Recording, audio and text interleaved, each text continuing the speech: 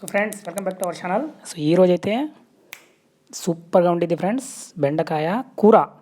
మీరు బ్యాచిలర్ కదా, సూపర్గా ఇట్లా అయితే చేసుకోండి. రుచి అద్దరకపోతే నాకు చెప్పండి ఫ్రెండ్స్. రుచి అయితే సూపర్గా ఉండిద్ది. చూడండి ఫటాఫటగా ఒకే ఒక్క టమోటా కట్ చేశాను, 3 చిన్న చిన్న పచ్చిమిర్చి అయితే కట్ చేశాను. ముందుగా వాష్ చేసి తీసుకొచ్చిన బెండకాయలు అక్కడ పక్కన చూస్తున్నారు కదా, అక్కడ ఉన్నాయి. ఇటు పక్క మీరు చూస్తున్నారు కదా జీలకర్ర, ఆవాలు, ఇంకా తాలింపులకేసి మొత్తం అక్కడ ఉన్నాయి చూడండి, అవి వేసేసాను. ఒకే ఒక్క ఉల్లిపాయ తీసుకొని దానికి హాఫ్ చేశాను. సో ఇవాళ కూరలో స్పెషల్ ఏంటంటే మనం పెరుగుతో చేస్తున్నాం అనమాట. అంటే పెరుగుతో బెండకాయ కూర చేస్తున్నాం. చూస్తే సూపర్గా ఉండిద్ది, తింటే ఇంకా అమోఘమే.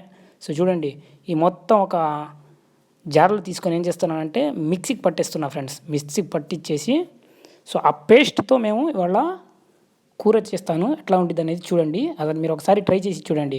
సో ఇట్లా ఇది ప్రిపేర్ చేసుకున్నాక నేను చేశానంటే, సో ఈ తాలింపులు ఉంటాయి కదా, ఈ టైప్లో నేను కొద్దిగా నూనె వేసేసి మనకి ముందుగా ఈ కట్ చేసుకున్న పీసెస్ ఉన్నాయి కదా, ఈ బెండకాయ పీసెస్, ఆ పీసెస్ వేసేసి కొద్దిగా ఒక 2 నిమిషాల పాటు మీరు కొద్దిగా అటు ఇటు కదిలిస్తే ఆటోమేటిక్గా అదేంటంటే వేగిపోతాయి.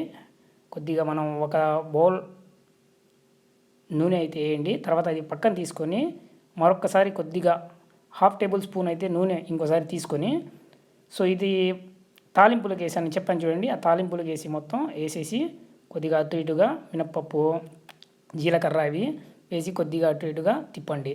సో అటు ఇటుగా తిప్పిన తర్వాత మనం ఏం చేయాలంటే ఇప్పుడే అసలైన టాస్క్ అనేది ఎట్లా ఉండిద్దంటే, ఇది పేస్ట్ నేను చెప్పాను కదా, ఒక ఉల్లిపాయ తీసుకుని సగం ఉల్లిపాయ, ఒక టమోటా, 3 గ్రీన్ చిల్లీ, ఇదన్నీ మిక్సీలో వేసి పేస్ట్ చేసేసాను ఫ్రెండ్స్.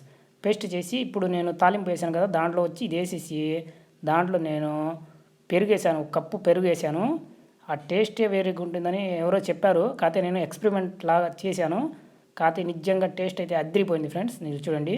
సో ఈ విధంగా వేసేసి లైట్గా ఒక నూనె వేసి 2 నుంచి 3 నిమిషాల దాకా చిన్నగా, అంటే ఒక చిన్న మంట మీద పెట్టి మనం ఇంకా ఇప్పుడు దాకా ఏమీ లేదు కదా, ఇక్కడ చూడండి పసుపు వేసాను కొద్దిగా 1/4, ఉప్పు అయితే వేసాను, 1 టేబుల్ స్పూన్ పైనే ఉప్పు అయితే వేసాను.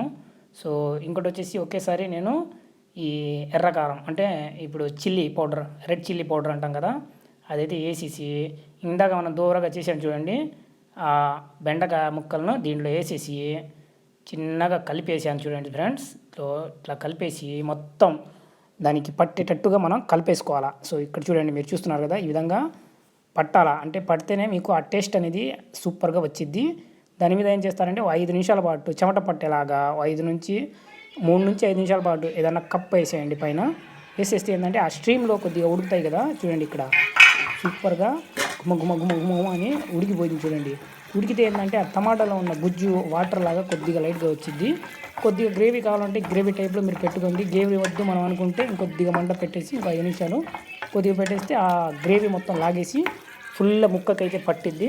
సో చపాతీలో కానివ్వండి, మీరు మీ ఇష్టం, అన్నంలో కానివ్వండి, హ్యాపీగా సూపర్గా ఉండిద్ది. చేయొచ్చు, తినొచ్చు. నేనైతే ఎక్స్పెరిమెంట్ చేశాను, ఎక్స్పెరిమెంట్ ఈజ్ సక్సెస్ఫుల్. మీరు కూడా చేయండి. బ్యాచిలర్ అయితే ఈజీగా చేసుకోవచ్చు. సో ఒక్క ఉప్పులో తినొచ్చు. ఏముందంటే లొట్టలు వేసుకుంటూ తినడమే friends. Thank you very much for watching my channel. Thank you.